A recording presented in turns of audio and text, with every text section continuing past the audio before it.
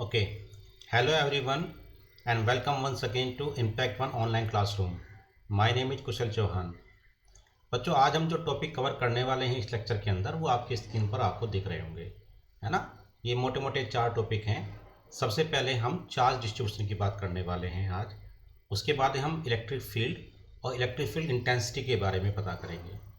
और जब electric field intensity आपको आ जाएगी तब हम 2 टॉपिक इसके अंदर कवर करने वाले हैं।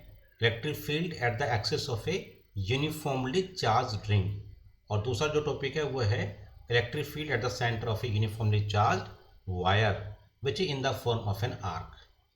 क्लियर है? तो आज ही हम टॉपिक कवर करने वाले हैं। चलिए देखते हैं आगे और स्टार्ट करते हैं। Charge distribution.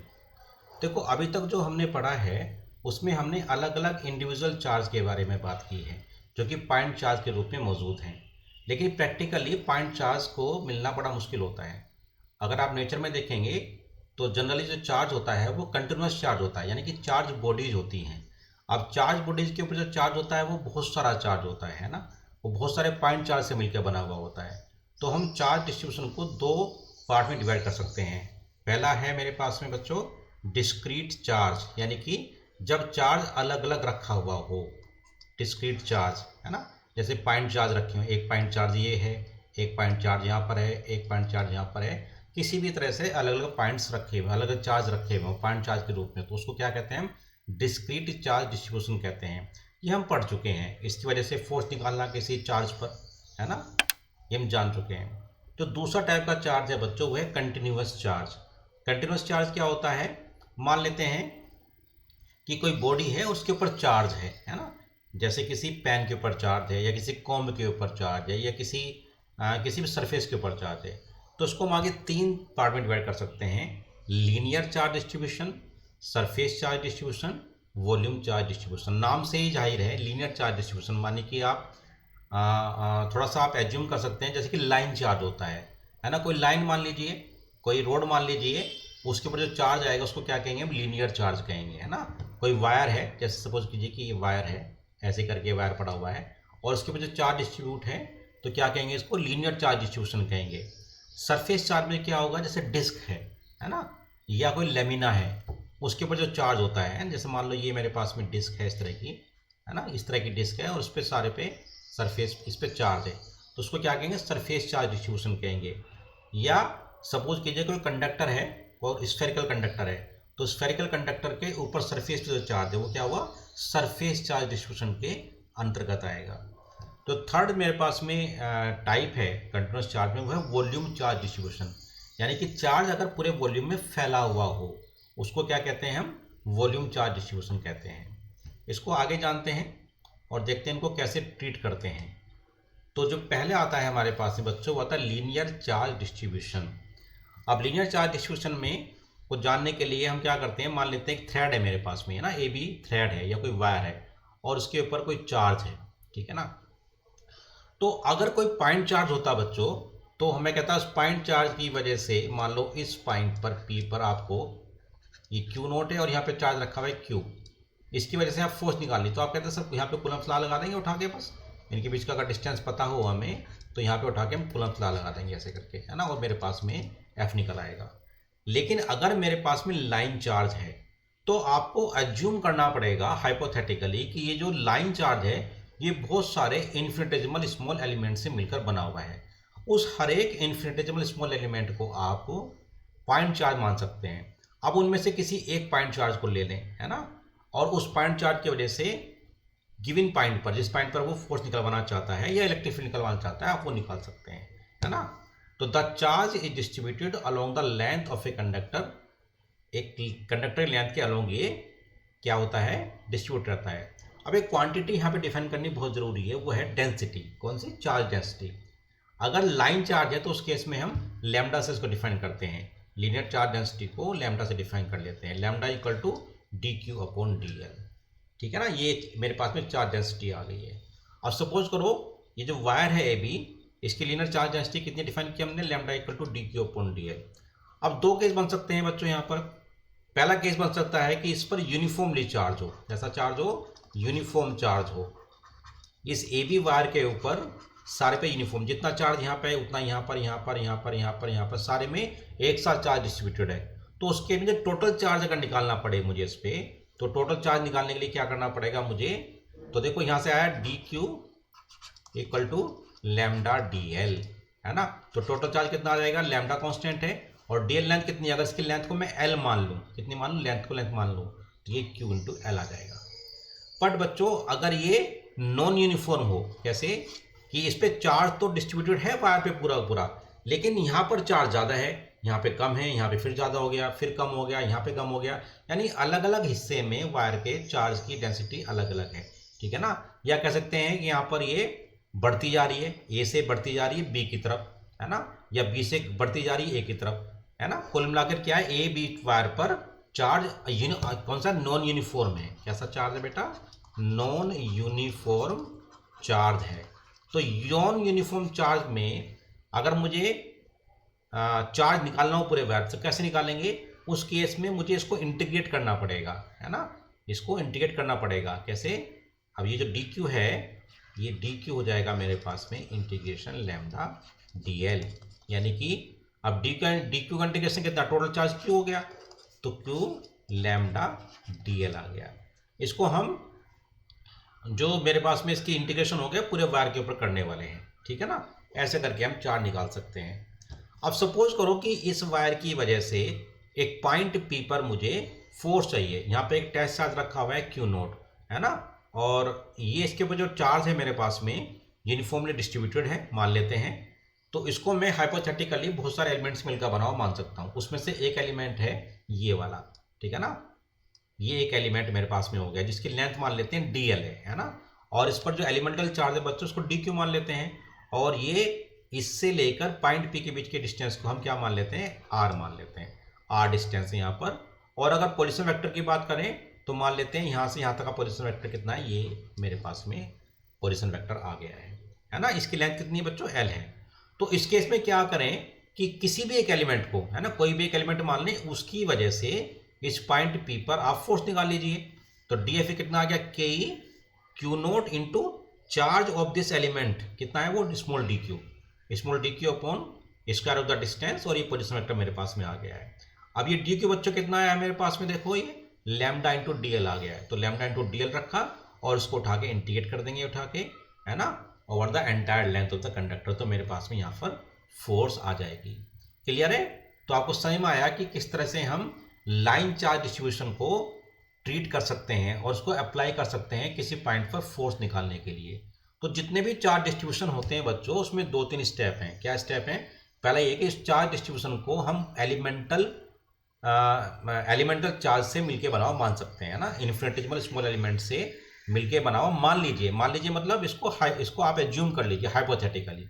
अब उस एक एलिमेंट की वजह से आप उस पॉइंट पर, गिवन पॉइंट पर फोर्स या इलेक्ट्रिक फील्ड या जो भी वो निकलवाना चाहता है उसको निकाल लें, और टोटल की वजह से निकालने के लिए उसको हम इंटीग्रेट कर देते हैं, है ना।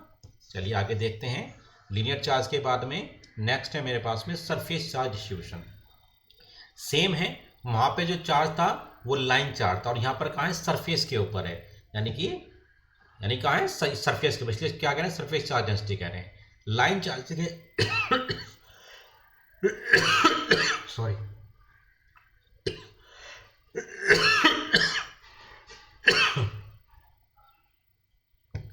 लाइन चार्ज के केस में हमने लैम्डा डिफाइन किया था बच्चों। सरफेस चार्ज डेंसिटी के लिए हम सिग्मा डिफाइन करने वाले हैं। तो सिग्मा मान लेते हैं सरफेस चार्ज डेंसिटी है, और ये क्या आ जाएगी, d q by d s आ जाएगी। अच्छा एक बात और देखो, यहाँ पर जो ये लीनियर चार्ज डेंसिटी है इसकी यूनिट है कूलम्ब पर मीटर, ये इसकी यूनिट आ जाएगी। और इस केस में इसकी यूनिट क्या आएगी, देखो कूलम्ब पर मीटर स्क्वायर, इसकी ऐसा यूनिट आ जाएगी। बाकी सब इसमें ऐसे ही ट्रीट करना है जैसे कि हमने लीनियर चार्ज के केस में किया था, है ना। तो चार्ज क्या माने, इस पूरे सरफेस को हम बहुत सारे छोटे छोटे इन्फिनिटेसिमल स्मॉल एलिमेंट्स मिलकर बना मान सकते हैं। एक एलिमेंट ले लेते हैं जिसका सरफेस कितना है, डी एस है ना, और मान लेते हैं इस पर चार्ज डी क्यू हो गया। तो डी क्यू कितना हो जाएगा, लैम्डा डी एस हो जाएगा बच्चों, डी क्यू हो जाएगा लैम्डा इंटू डी एस हो जाएगा। अगेन अगर ये मेरे पास में यूनिफॉर्म है, इस पर चार्ज कैसा डिस्ट्रीब्यूटेड यूनिफॉर्म है, तो उस केस में कैसा आ जाएगा, q equal to q equal to lambda into total surface area आ जाएगा। लेकिन अगर यूनिफॉर्म नहीं है तो क्या आएगा, इंटीग्रेशन करना पड़ेगा मुझे इसका, है ना, इसका इंटीग्रेशन करना पड़ेगा। चलिए अब इस केस में भी अगर मुझे आर डिस्टेंस पर फोर्स निकालनी है तो इस एलिमेंट की वजह से यहाँ फोर्स निकाल लीजिए और उठा के उसे बाद में इंटीग्रेट कर दीजिए। क्लियर हो गया। देखो बिल्कुल सेम ऐसे ही ट्रीट किया हमने जैसे लाइन को ट्रीट किया था। नेक्स्ट हमारे पास में बच्चों है वॉल्यूम चार्ज डिस्ट्रीब्यूशन। अब वॉल्यूम चार्ज डिस्ट्रीब्यूशन में क्या है, समझो बात को। वॉल्यूम चार्ज डिस्ट्रीब्यूशन में चार्ज वॉल्यूम के अंदर है ना, पूरे मास के अंदर चार्ज है, उसके सरफेस पर नहीं है ना। इसको समझना बहुत ज़्यादा जरूरी है। मान लो एक स्फीयर है, अगर ये कंडक्टर होगा तो आप जानते हैं कंडक्टर पर चार्ज हमेशा उसके सरफेस पर ही रहता है ना। तो स्फीयर है और अगर कंडक्टर है तो उस पर चार्ज कौन सा, सरफेस पे हो गया। तो उस केस में हम क्या डिफाइन करने वाले हैं, सरफेस चार्ज डेंसिटी डिफाइन करने वाले हैं। लेकिन अगर स्फीयर है और वो कंडक्टर नहीं है ना, इंसुलेटर है, तो किसी वजह से उसके अंदर सारे में चार्ज हो सकता है ना। देयर में भी रीजंस कि उसके अंदर सारे में अंदर वो उसके वॉल्यूम में चार्ज रहे, तो उस केस में हम उसको वॉल्यूम चार्ज डेंसिटी डिफाइन करेंगे। अब वॉल्यूम चार्ज जो वॉल्यूम चार्ज है उसको निकालने के लिए क्या करेंगे, पहले वॉल्यूम चार्ज डेंसिटी डिफाइन कर लेते हैं। उसको सिग्मा से डिफाइन करते हैं बच्चों, है ना, सॉरी रो से। सिग्मा से हमने किसे किया था, सरफेस को किया था। रो से करते हैं, रो इक्वल टू कितना आ गया, d Q upon d v आ गया।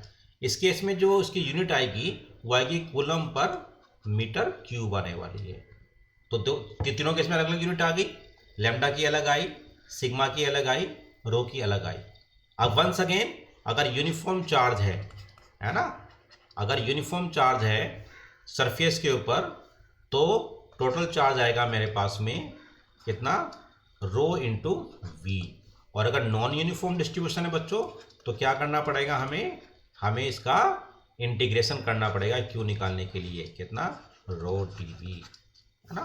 वंस अगेन अगर मुझे पूरे वॉल्यूम की वजह से, है ना, पूरे वॉल्यूम डिस्ट्रीब्यूशन की वजह से, चार्ज डिस्ट्रीब्यूशन की वजह से किसी पॉइंट पी पर फोर्स निकालनी हो जहाँ पर चार्ज क्यू नॉट रखा हुआ हो, तो एक एलिमेंटल, एक मान लीजिए इसका एक एलिमेंट मान लीजिए, इस सारे वॉल्यूम को बहुत सारे एलिमेंट से मिलकर बना मान लेते हैं। इसमें से एक एलिमेंट लीजिए, इसकी वजह से यहाँ पर फोर्स निकालिए जो डी एफ आएगी और इसको इंटीग्रेट कर दीजिए, है ना, through out the volume of the conductor. तो इससे आपको टोटल फोर्स निकल आएगी। इसकी एप्लीकेशन आगे देखने वाले हैं हम कैसे आएंगे। चलिए एक क्वेश्चन देखते हैं बच्चों। तो ये क्वेश्चन बेस्ड है नॉन यूनिफॉर्म चार्ज डिस्ट्रीब्यूशन पर। चार्ज डिस्ट्रीब्यूशन में दो चीज़ें बताई मैंने आपको, क्या, एक मैंने बताया डिस्क्रीट चार्ज डिस्ट्रीब्यूशन, दूसरा बताया मैंने आपको सरफेस, कौन सा, नॉन डिस्क्रीट चार्ज डिस्ट्रीब्यूशन। उसके अंदर भी आपको यूनिफॉर्म है और नॉन यूनिफॉर्म है ना, यानी लाइन के ऊपर या सरफेस के ऊपर या वॉल्यूम चार्ज के ऊपर यूनिफॉर्म चार्ज है या नॉन यूनिफॉर्म चार्ज है। यूनिफॉर्म चार्ज निकालना आसान है, नॉन यूनिफॉर्म को कैसे निकालते हैं एक केस बना के देख लेते हैं। देखो मान लेते हैं एक मेरे पास में स्फेरिकल रीजन है, spherical region of space has a distribution of charge such that the volume charge density varies, यानी कि इसमें वॉल्यूम चार्ज डेंसिटी वेरीज करती जाती है ना। यहाँ पे वॉल्यूम चार्ज डेंसिटी अलग है, यहाँ पे अलग है, यहाँ पे अलग है, यहाँ पे अलग है, यहाँ पे अलग है ना। With the radial distance from the centre as R, है ना, सेंटर से रेडियली इसकी वॉल्यूम चार्ज डेंसिटी क्या हो रही है, चेंज हो रही है। कैसे चेंज हो रही है, इन्होंने एक फंक्शन दिया है rho equal to rho naught r square, ठीक है ना। रो नोट कौन सी हो गई, ये रो नोट कोई कांस्टेंट है और आर क्या है, सेंटर से उसका डिस्टेंस है ना, उस स्फेरिकल सेल का डिस्टेंस हो जाएगा, है ना। ये स्मॉल आर जीरो और कैपिटल आर के बीच में पड़ता है, यानी क्या है, कहाँ से कहाँ तक है, इसके सेंटर से उसकी पेरिफेरी तक के बीच में जो डेंसिटी चेंज हो रही है वो इस तरह से चेंज हो रही है, rho equal to rho naught r square, where rho naught is a positive constant. Calculate the total charge q on sphere of radius capital r. इस पर टोटल चार्ज निकाल रहा है। समझ में आ गया आपको बात। इसमें यूनिफॉर्म चार्ज डेंसिटी नहीं है, अलग अलग चार्ज डेंसिटी है, तो चार्ज यहाँ से यहाँ तक चेंज हो रहा है, तो टोटल चार्ज निकालना है। तो कैसे करने वाले हैं हम इसे, मान लेते हैं एक एलिमेंटल स्फीयर को, मान लेते हैं ये टोटल स्फीयर है ये बहुत सारे एलिमेंटल स्फेरिकल सेल से मिलके बना हुआ है। इसमें से एक एलिमेंटल जो सेल है बच्चों, वो मान लेते हैं ये है ना, एक एलिमेंटल सेल मान लेते हैं ये ऐसे करके, ठीक है। ये मेरे पास में एलिमेंटल सेल आ गई है, ये वाली सेल, ये टोटल जो सेल है कितनी है, ये एलिमेंटल सेल आ गई है ये वाली। तो अब इसको करने के लिए हमें क्या करना होगा, हमें पहले इस पर चार्ज निकालना पड़ेगा इसके ऊपर, है ना। इस एलिमेंटल जो शेल है इस पर चार्ज निकालना पड़ेगा। मान लेते हैं सेंटर से इसका डिस्टेंस कितना, स्मॉल r है। तो जो चार्ज आएगा बच्चों वो चार्ज आएगा dq इक्वल टू कितना, इसका डेंसिटी कितनी है, रो और कौन सा ये क्या है, तो dv। ध्यान देखो एक स्फीयर है ना, वो स्फीयर जो है बहुत सारी स्फेरिकल सेल से मिलकर बना हुआ, एक के ऊपर एक के ऊपर एक के ऊपर एक ऐसी इन्फिनिटेसिमल थिकनेस की एक स्फेरिकल सेल को एज्यूम कर लो। इसकी थिकनेस कितनी है बच्चों, dr है ना। मान लेते हैं इसकी थिकनेस कितनी है, ये थिकनेस है dr थिकनेस का है, और इसका वॉल्यूम कितना है, dv है। तो चार्ज कितना आ जाएगा, d equal to rho into dv, है ना। अब देखो रो कितना है यहाँ पर, ये है रो नॉट r स्क्वायर, और dv कितना आ जाएगा मेरे पास में। अब ये जो स्फेरिकल सेल है इसका रेडियस है बच्चों r, तो सरफेस एरिया कितना हो गया इसका, 4 पाई r स्क्वायर। इसके सरफेस एरिया को अगर मैं इसकी थिकनेस से मल्टीप्लाई कर दूं तो क्या वॉल्यूम आ जाएगा, इसका वॉल्यूम आ गया, नहीं आ गया इसका, तो dv पता लग गया मुझे, तो ये आ गया dq आ गया। क्लियर हो गया, यानी कह सकते हैं कि dq इक्वल टू मल्टीप्लाई कर लो से, ये आ जाएगा मेरे पास में कितना आ जाएगा, 4 पाई,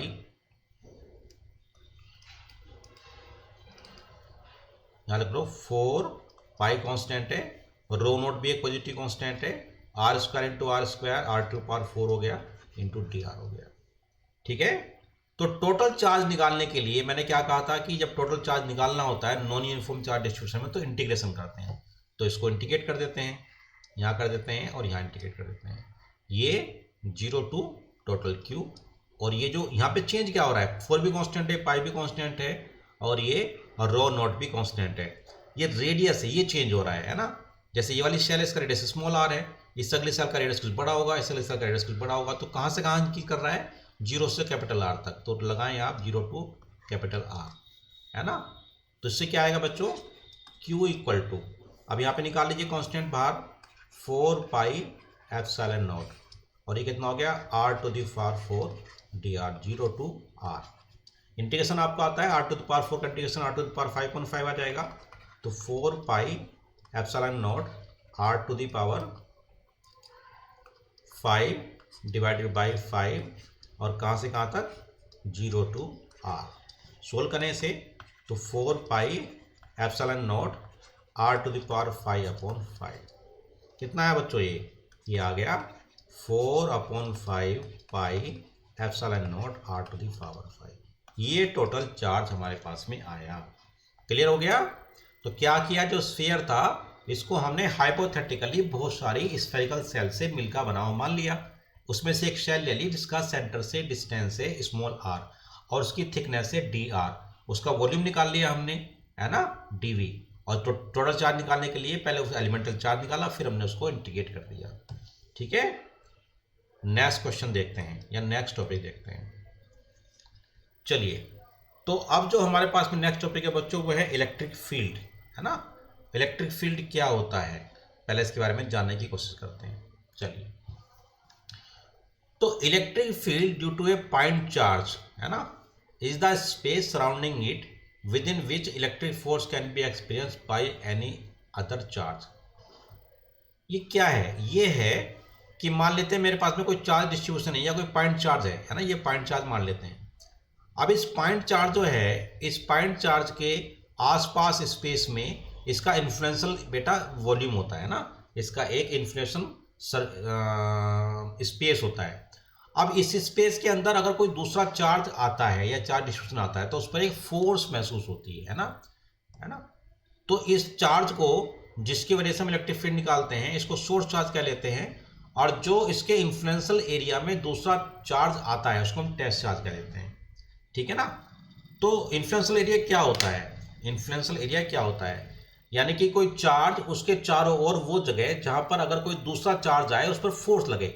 अब आप देखो, जान सकते हैं कि किसी चार्ज से इनफाइनाइट डिस्टेंस पर तो फोर्स लगेगी नहीं।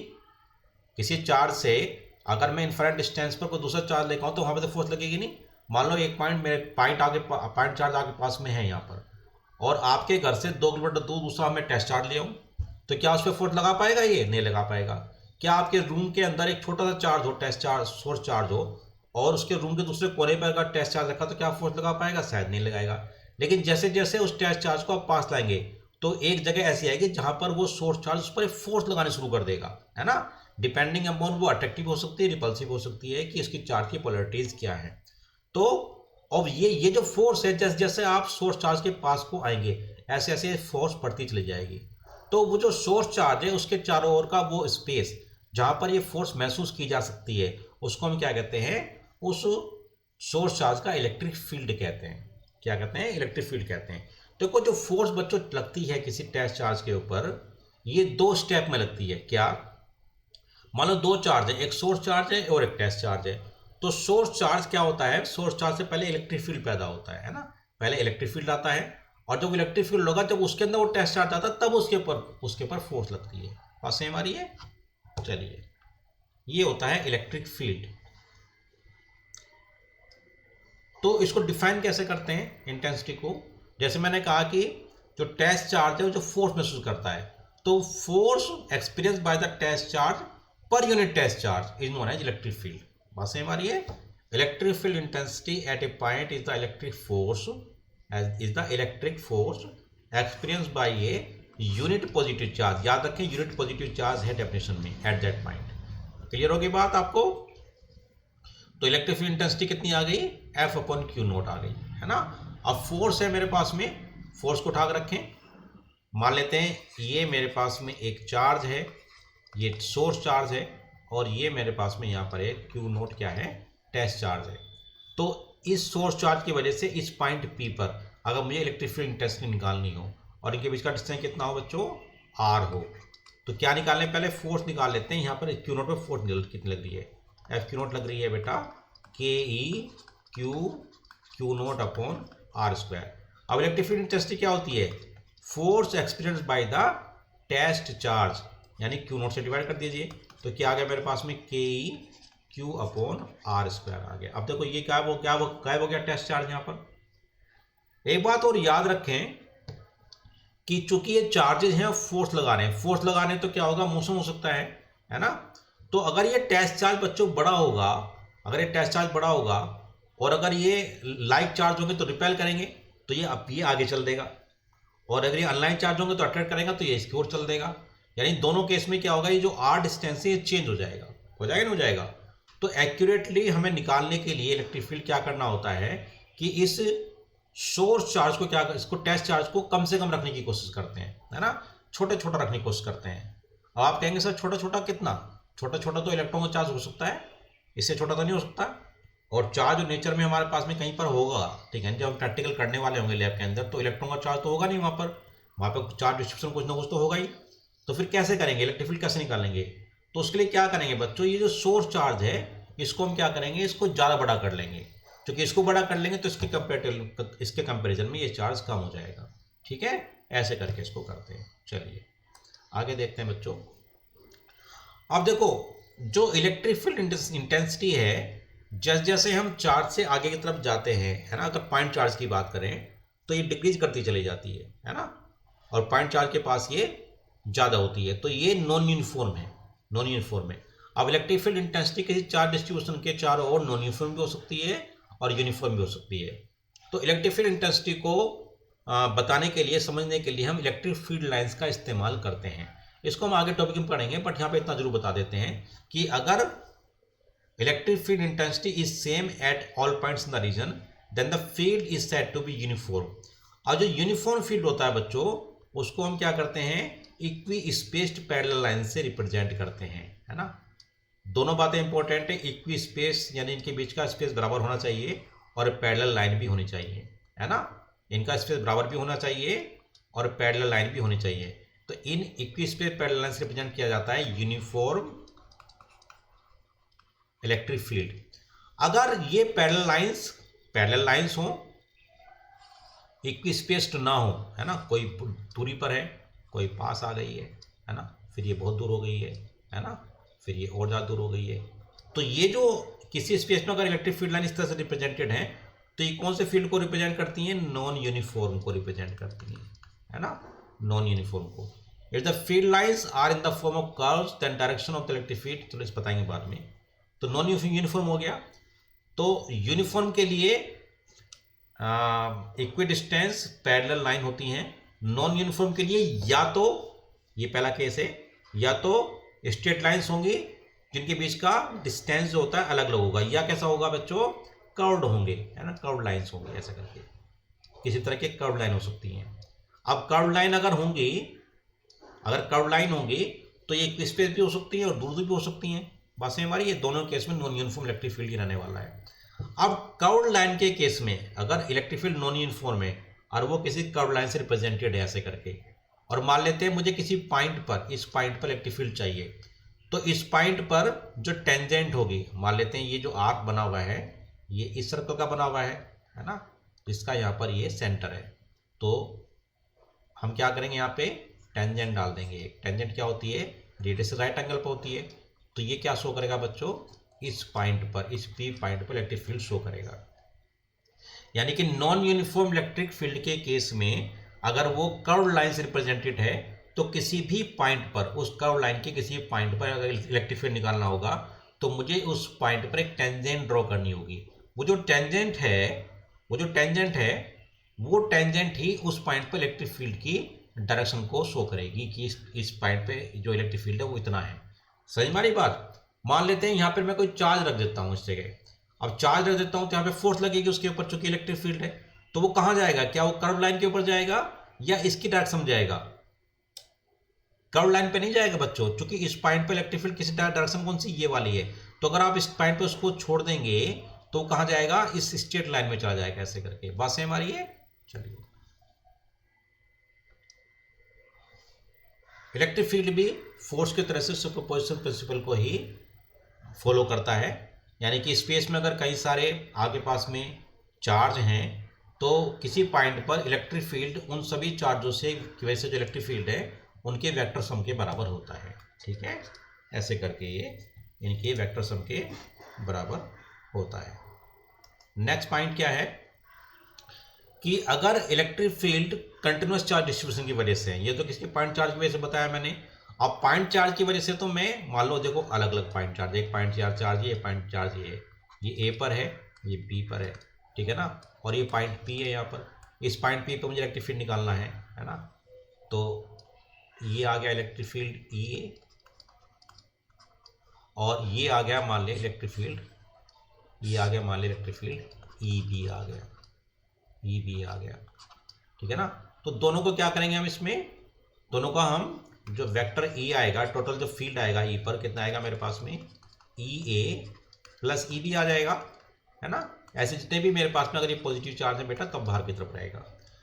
जितने भी मेरे पास में पॉइंट चार्ज होंगे उनकी वजह से किसी पॉइंट पर इलेक्ट्रिक फील्ड निकालेंगे तो क्या करेंगे, सही पॉइंट चार्ज की वजह से जो इलेक्ट्रिक फील्ड है उनका वेक्टर सम कर लेंगे।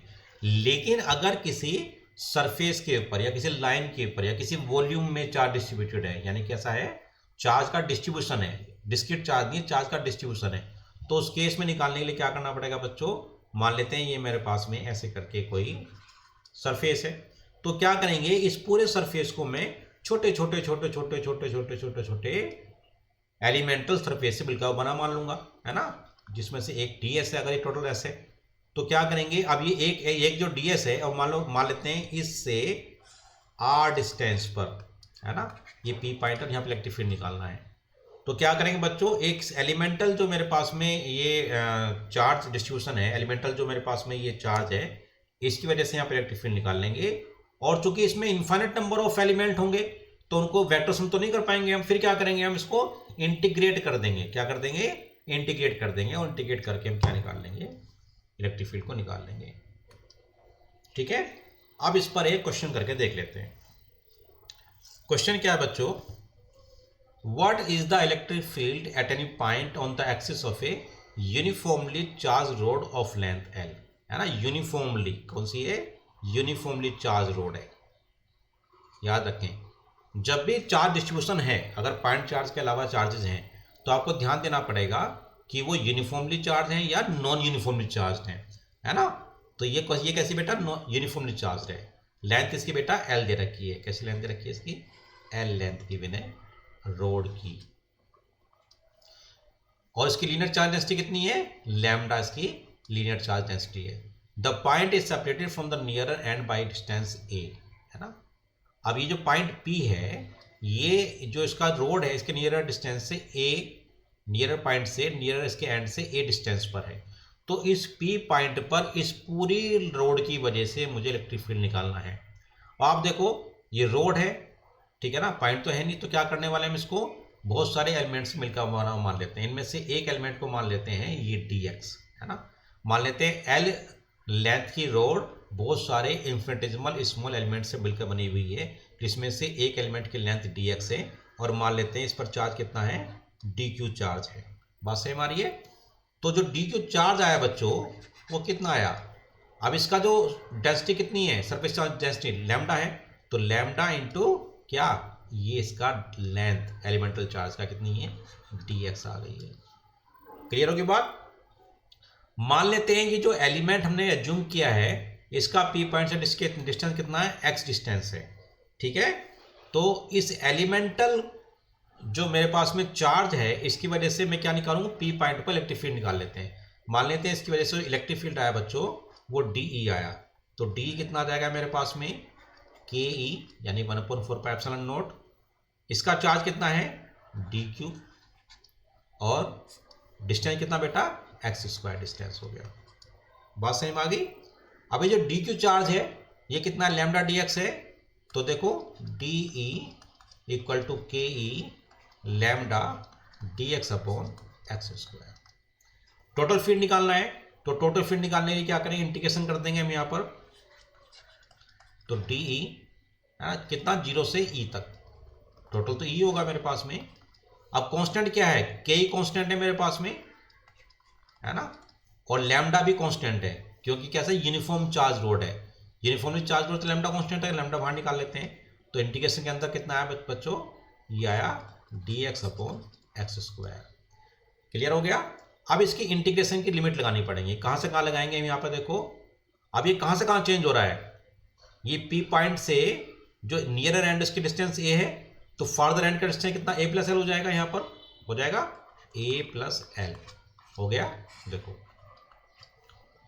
तो जो रोड का डिस्टेंस है वो कितना है, a से a+l तक चेंज हो रहा है, तो a to a+l, है ना। ये आप इस यहाँ पर लगा लीजिए। तो ये कितना है बच्चों, ये E आया, यहाँ पे KE लैम्डा, ये कितना x⁻⁻2 dx, x⁻⁻2 dx तो आया ये a to a+l, तो कितना आया KE लैम्डा, x⁻⁻2 का कितना होगा, x⁻⁻2 +1/-2 +1, और लिमिट लगा देंगे a to a+l लगा देंगे, ठीक है। तो देखो कितना आ गया, तो E आया बच्चों KE लैम्डा, ये कितना है, -1/x है, कितना है -1/x, और यहाँ a to a+l आ गया। तो सोल्व करें आप, सोल्व करेंगे कितना आएगा, KE लैम्डा, पहले यहाँ रखें -1/a+l, माइनस, फिर ये माइनस का निशान लगाएं यहाँ पर अगेन, और -1/a, तो कितना है ये, चलो ये ऐसे कर लेते हैं, यहाँ पे जगह बना लेते हैं, KE लैम्डा, ठीक है, तो 1/a -1/a+l आया, ठीक है। इसको आगे कर लेते हैं, या KE लैम्डा 1/a -1/a+l, यही आया। E एल्सियम ले लीजिए, KE lambda a+l into a, और यहाँ पर a+l -a आ गया। K कितना है, 1/4πε0 होता है, into lambda a+l -a, l/a+l, ठीक है। तो ये मेरे पास में टोटल इलेक्ट्रिक फील्ड निकल आया। सही में आ गई बात आपको, ठीक है। तो चलिए आगे करते हैं। अब देखो ये क्या है बेटा, बेटा ये है एक रिंग, है ना। तो यहाँ पे भी लाइन चार्ज है, यहाँ पर भी एक लाइन चार्ज ही है, लेकिन ये जो लाइन चार्ज है ये रिंग की फॉर्म में है। अब चूंकि लाइन चार्ज रिंग की फॉर्म में है तो हम इसको थोड़ा दूसरे तरीके से करने वाले हैं। A ring set conductor with radius A carries A total charge capital Q uniformly, इस पर भी कैसा है, यूनिफॉर्म है। Find the electric field eight a point P that lies on the axis, इसकी एक्सिस पर, इस रिंग की एक्सिस पर एक पॉइंट है पी, इस पी पॉइंट पे मुझे इलेक्ट्रिक फील्ड निकालना है ना। तो क्या करें, एज्यूम कर लेते हैं कि जो रिंग है बच्चों ये बहुत सारे स्मॉल एलिमेंट्स मिलकर बना हुआ है। इसमें से एक स्मॉल एलिमेंट है, वो कितना है, उसकी लेंथ है dl, ठीक है ना।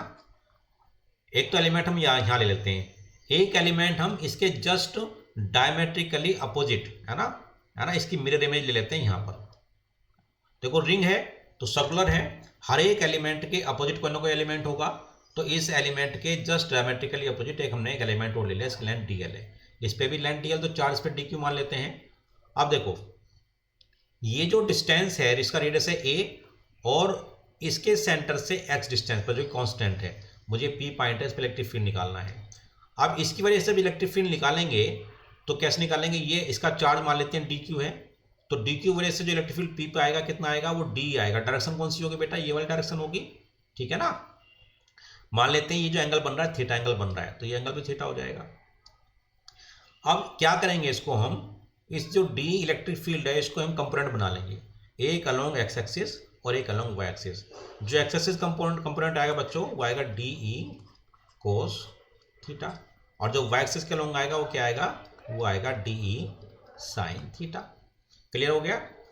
अब देखो जो डायमेट्रिकली अपोजिट एलिमेंट हमने एज्यूम किया था उसकी वजह से भी यहाँ पे कितना आएगा, उसकी वजह से जो आएगा वो आएगा मेरे पास में, देखो de आने वाला है ना। जब इसके कंपोनेंट बनाएंगे आप तो एक कंपोनेंट तो क्या आएगा, वाई डायरेक्शन में आ जाएगा, कौन सा, de sin थीटा, और एक कंपोनेंट अगेन कहाँ जाएगा, इस डायरेक्शन में x में आ जाएगा, अगेन de cos थीटा, है ना। तो देखो वाई डायरेक्शन वाले जो कंपोनेंट्स हैं ये एक दूसरे को कैंसिल कर देंगे, ये इसको और ये इसको कैंसिल कर देंगे। जितने भी एलिमेंट आप यहाँ पे एज्यूम करेंगे उन सभी एलिमेंट के डायमेट्रिकली अपोजिट एलिमेंट जरूर होंगे, है ना। तो क्या होगा, देखो जो वाई डायरेक्शन वाले जो मेरे पास में कंपोनेंट होंगे वो सारे के सारे कैसे हो जाएंगे, कैंसिल आउट हो जाएंगे। तो जो कंपोनेंट बचेंगे अलोंग एक्स डायरेक्शन बचेंगे, यानी इसका मतलब क्या है कि रिंग की वजह से उसकी एक्सिस पर जो इलेक्ट्रिक फील्ड होगा वो कहाँ होगा, उसकी एक्सिस के अलोंग ही होगा। बात सही आ रही है। तो इस केस में जो Ex आएगा, है ना, क्या आने वाला है, जो नेट आने वाला है मेरे पास में, जो नेट फील्ड आने वाला है ना, E नेट, वो कितना आएगा, वो फील्ड होगा अलोंग एक्स एक्सिस, क्योंकि अलोंग वाई एक्सिस तो बेटा कैंसिल आउट हो जाएगा। अब ये कितना है मेरे पास में, ये कितना है, ये de cos थीटा, एक एलिमेंट की वजह से कितना है बच्चों, de cos थीटा आया, तो टोटल की वजह से कितना आएगा, इंटीग्रेशन de cos थीटा आएगा। बात समझ में आ रही है आपको। अब यहाँ पे एक चीज और डिफाइन कर लेते हैं, क्या डिफाइन कर लेते हैं, इसकी चार्ज डेंसिटी डिफाइन कर लेते हैं। इसकी जो चार्ज डेंसिटी आएगी मान लेते हैं वो कितनी है, वो लैम्डा है, तो लैम्डा कितनी आएगी लीनियर चार्ज डेंसिटी, इसका कितना पेरिफेरी होगी, 2 पाई हो गई है ना। तो ये क्या होगी, अगर टोटल चार्ज q है तो q अपॉन 2 पाई a इसकी लीनियर चार्ज डेंसिटी हो गई है। चलो अब d कितना है, d कितना, देखो जो d है वो कितना आ रहा है, ये dq 1 upon 4 pi epsilon not dq upon कौन सा, इसका डिस्टेंस, ये वाला, ये कितना डिस्टेंस बच्चों, ये राइट एंगल बना दो तो पाइथागोरस फॉर्मूला जाएगी, यहाँ पर ये बनेगा under root a square plus x square, तो इसका स्क्वायर कर देते हैं तो यहाँ पे क्या आ जाएगा बच्चों, a square plus x square आ जाएगा, है ना। एक तो यहाँ पे दूसरा क्या है, जो कोस थीटा मेरे पास में यहाँ पर है ना, कोस थीटा, ये कोस थीटा आ रहा ना यहाँ पर, इस कोस थीटा को भी हम a और x के फॉर्म में निकाल सकते हैं।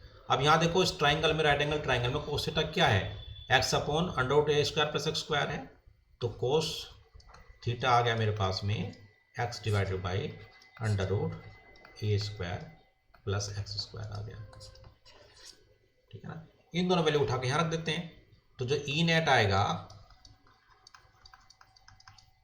वो कितना आएगा, D 1/4 pi epsilon not, D Q की जगह क्या आ जाएगा, क्या आएगा, लैम्डा इंटू डी एल। ये कितना लेंथ कितनी है इसकी, डी एल है, तो लैम्डा इंटू डी एल आ जाएगा बच्चों, है ना।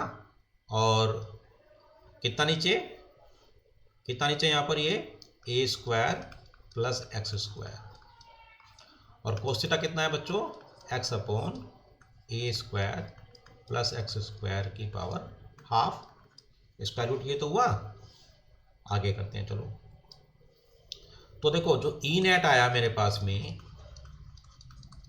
यह आया 1/4 पाई एप्सिलॉन नॉट, ऊपर कितना था, लैम्डा, है ना, डी एल, और नीचे कितना आया बच्चों, ए स्क्वायर प्लस एक्स स्क्वायर की पावर 3/2, और यहाँ पर एक्स भी था।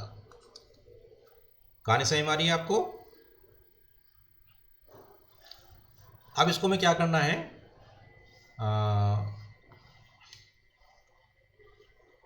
चलो अभी जो डी एल है ना, ये जो डी एल है, आप ये ई नेट निकाल रहे हैं यहाँ पर, तो इसमें सब कुछ कांस्टेंट है, एक्स भी कांस्टेंट है, ए भी कांस्टेंट है, एक्स भी कांस्टेंट है, तो इसका इंटीग्रेशन करना था कहाँ से, 0 से एल लेंथ पर, 0 से एल लेंथ पर, और एल लेंथ कितना है, वो है 2 पाई ए,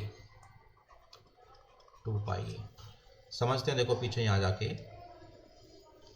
ये इंटीग्रेशन है बच्चों, यहाँ पे ये इंटीग्रेशन, तो उसको कहाँ करना है, एल लेंथ पे करना है। देखो एक्स तो कांस्टेंट है यहाँ पर, ए भी कांस्टेंट है, तो ये भी कांस्टेंट आ गया, ये भी कांस्टेंट आ गया, ये भी कांस्टेंट है, लैम्डा प्लस ही कांस्टेंट है, ये भी कांस्टेंट है, तो इंटीग्रेशन के अंदर क्या बचा, डीएल बचा। आप डीएल को इंटीग्रेट करेंगे कहाँ से कहाँ तक, 0 से लेकर कहाँ तक, इस रिंग की पेरिफेरी की लेंथ तक, ये कितनी है, 2 पाई इंटू ए है। क्लियर होगी बात। चलिए तो ये आ गया, तो बाहर निकाल लेते हैं, जो 1/4 pi epsilon naught lambda X divided by A square plus x square to the power 3/2, और यहाँ पर डी एल, और ये 0 to 2 पाई, है ना। तो देखो 1/4 पाई एप्सिलॉन नॉट, ये जो लैम्डा है ये कितना बच्चों, बताओ कितना लैम्डा, देखो लैम्डा क्यू अपॉन 2 पाई ए है ना, तो उसको उठा कर रख देते हैं यहाँ पर, Q upon 2 pi A into X upon A square plus x square to the power 3/2, और इसका कितना आएगा, एल आएगा, एल आएगा नहीं, एल आएगा यहाँ पर, और कहाँ तक, 0 to 2 पाई, यानी कितना आ गया मेरे पास में, 1/4 pi epsilon naught Q upon 2 pi A X upon A square plus x square to the power 3/2 into 2 pi A, इस 2 पाई ए से 2 पाई चला गया, चला गया। तो जो ई नेट आया है ना, जो ई नेट मेरे पास निकल के आया, वो आया 1/4 pi epsilon naught Q into small X divided by A square plus x square to the power 3/2, ये मेरे पास में निकल के आ गया, है ना। तो ये एक रिजल्ट है क्या, कि कोई रिंग है यूनिफॉर्मली चार्ज, उसकी एक्सिस पर जो इलेक्ट्रिक फील्ड होगा वो होगा 1/4 pi epsilon naught Q into X upon A square plus x square to the power 3/2, जहाँ पर एक्स क्या है, वो जो पॉइंट पी है उसके एक्सिस पर, उस एक्सिस पर डिस्टेंस है उसके सेंटर से, और ए उस सर्कल का, उस रिंग का रेडियस है। अब इसमें कुछ केसेस बनते हैं, है ना, उन केसेस को हम देख लेते हैं। पहले देखते हैं केस ए क्या बनता है। मान लेते हैं कि जो पॉइंट पी है वो बहुत दूर है ना, जो पॉइंट पी है एक्सिस है, और पॉइंट पी मान लेते हैं यहाँ पे, है ना, ये एक्स है, और ये क्या बच्चों, ये ए है। तो केस 1 बनता है मेरे पास में कि x is very very greater than a. अगर x जो बहुत दूर हो जाएगा तो उस केस में X square plus A square to the power 3/2, जो ए स्क्वायर इसको क्या मान सकते हैं, नेगलेक्ट मान सकते हैं, है ना, इसको 0 मान सकते हैं, with respect to X square, है ना। ए बहुत छोटा है तो बहुत छोटे का स्क्वायर तो बहुत ज़्यादा छोटा हो जाएगा, एक्स बहुत बड़ा है तो बहुत बड़ा का स्क्वायर बहुत ज़्यादा बड़ा हो जाएगा। तो कितना आ जाएगा मेरे पास में, ये एक्स क्यूब के बराबर आ जाएगा। सही हमारी बात। तो ई नेट कितना आएगा उस फॉर्मूले में, कौन से फॉर्मूले में, इस फॉर्मूले में। इसकी जगह क्या कर देंगे, एक्स क्यूब कर देंगे और एक्स क्यूब में से एक पावर चल जाएगी तो नीचे एक्स स्क्वायर आ जाएगा। तो क्या आएगा मेरे पास में बच्चों, ये आएगा 1/4 pi epsilon naught Q upon x square. तो देखो ये रिजल्ट कुछ ऐसा ही नहीं है जैसे कि ये पॉइंट चार्ज हो, है ना, जिसका टोटल चार्ज क्यू हो। क्यू पॉइंट चार्ज, एक पॉइंट चार्ज है इस पे टोटल चार्ज क्यू है, उसकी वजह से एक डिस्टेंस पर जो मेरे पास में इलेक्ट्रिक फील्ड आता है वो इलेक्ट्रिक फील्ड इसकी वजह से आया। क्लियर होगी बात। अब सेकंड केस देख लेते हैं। सेकंड केस में अब देखो जो फील्ड है ये फील्ड किस पे डिपेंड करता है, एक्स पे डिपेंड करता है ना। ए पर भी करता है एक्स पे भी करता है। अब ये तो कांस्टेंट है लेकिन एक्स यहाँ पर 0 है इस जगह पर और आगे बढ़ता जा रहा है। तो ये किस पे डिपेंड करता है, एक्स वेरिएबल पर डिपेंड करता है। पर मैक्सिमम फील्ड कहाँ पर होगा, जैसे जैसे आगे बढ़ेंगे ऐसे ऐसे इसकी वजह से फील्ड कम भी होगा। ठीक है, पहले बढ़ेगा फिर कम होगा, यहाँ पे 0 होगा फिर बढ़ेगा फिर कम होगा, ऐसे करके होगा। तो मैक्सिमम कहाँ पे होगा, तो उसके निकालने क्या करेंगे हम क्या करेंगे, डिफरेंशिएशन करेंगे for the field to be maximum. अब मैक्सिमम मिनिमम निकालने के लिए क्या करते हैं बच्चों, फर्स्ट डेरिवेटिव निकाल लेते हैं। तो क्या निकाल रहे हैं हम यहाँ पर, dE/dx इक्वल टू 0 पुट कर देंगे। अब निकालो dE/dx, है ना। तो अब E कितना आया था मेरे पास में, यहाँ पर E आया था बच्चों KE q x upon x square plus ए स्क्वायर की पावर 3/2, ये तो आया था। तो जब आप निकालेंगे dE/dx निकालने वाले होंगे तो कैसे निकालेंगे, dE/dx क्या कांस्टेंट है यहाँ पर, ये कांस्टेंट है KE इंटू क्यू कांस्टेंट है और अंदर क्या बचेगा मेरे पास में, dE/dx और x into X square plus A square to the power 3/2, है ना। इसको क्या करेंगे, फंक्शन 1 मान लेते हैं, इसको फंक्शन 2 मान लेते हैं और उसको डिफ्रेंशिएट कर लेते हैं। तो KE इंटू क्यू, है ना, इसको फंक्शन 1 मान लेते हैं, कांस्टेंट रख लेते हैं।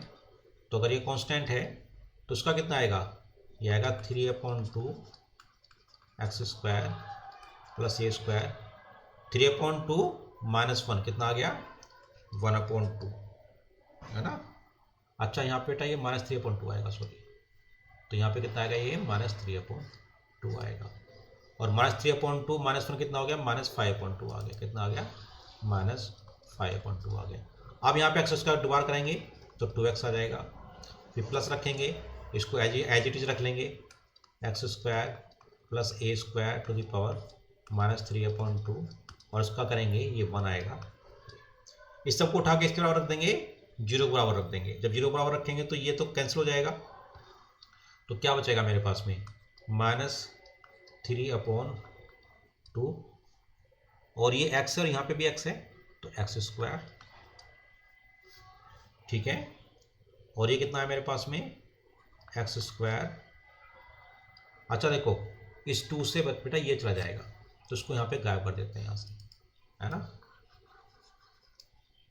इस 2 से ये चला गया तो x इंटू एक्स कितना एक्स स्क्वायर आ गया तो -3 आ गया, -3 इंटू एक्स स्क्वायर और यहाँ पर ये एक्स स्क्वायर प्लस ए स्क्वायर की पावर -5/2, है ना, इज इक्वल टू, अच्छा ये प्लस में है बच्चा तो plus x square plus A square to the power -3/2 equal to 0 put कर देते हैं। अब देखो कॉमन क्या है दोनों में, एक्स स्क्वायर प्लस ए स्क्वायर -3/2 कॉमन है तो यहाँ लिख सकते हैं एक्स स्क्वायर प्लस ए स्क्वायर -3/2 कॉमन है। अंदर बचेगा मेरे पास में -3 एक्स स्क्वायर, ये क्या बचेगा यहाँ पर, ये बचेगा X square plus A square to the power -1, है ना, और +1 इक्वल टू 0। तो क्या बचा, इससे आया बच्चों, इससे आया 3x² -3x² upon x² plus a² equal to -1। ठीक है, आगे देख लेते हैं। चलो यहाँ कर लेते हैं इसे ना, इसको यहाँ पर सोल्व कर लेते हैं। माइनस से माइनस चला गया तो सोल्व करें इसे, 3x² equal to x² plus a², यानी कि 2x² इक्वल टू a², यानी कि x² equal to a² upon 2, which means x equal to plus minus a upon root. सही में आगे बात, यानी कि इस रिंग के सेंटर से इस डिस्टेंस पर क्या होगा, मैक्सिमम रहेगा। इस डिस्टेंस पर मैक्सिमम रहेगा। कौन सी डिस्टेंस पर, इस पर a अपॉन √2। इस रिंग के सेंटर से पॉजिटिव साइड में भी और नेगेटिव साइड में भी, दोनों साइड में भी a अपॉन √ डिस्टेंस पर इलेक्ट्रिक फील्ड मैक्सिमम रहेगा। मैक्सिमम वैल्यू निकालने के लिए इसको उठा के कहाँ पुट कर दीजिए, आप यहाँ पे पुट कर दीजिए तो इलेक्ट्रिक फील्ड मैक्सिमम आ जाएगा। सही में आगे बात। नेक्स्ट देखते हैं, ये calculate the electric field at the centre of a uniformly charged wire in the form of an arc of radius r। The wire subtends an angle phi at the centre. चलिए इसको next class के अंदर करते हैं बच्चों। ठीक है, अभी टाइम काफ़ी सारा हो गया है, अभी आप इतना ही एक बार स्टडी कर लीजिए और चैनल को सब्सक्राइब जरूर करें। लाइक जरूर बनता है बच्चों, है ना, इतनी सारी मेहनत करनी पड़ती है तब जाके तैयार होता है। तो लाइक जरूर करें, अपने दोस्तों के साथ शेयर करें और नई वीडियोज़ आपके पास में आती रहेंगी तो उसके लिए आप ये जो बेल आइकन है इसको आप प्रेस करें। चलिए, थैंक यू वेरी मच, फिर मिलते हैं आपसे।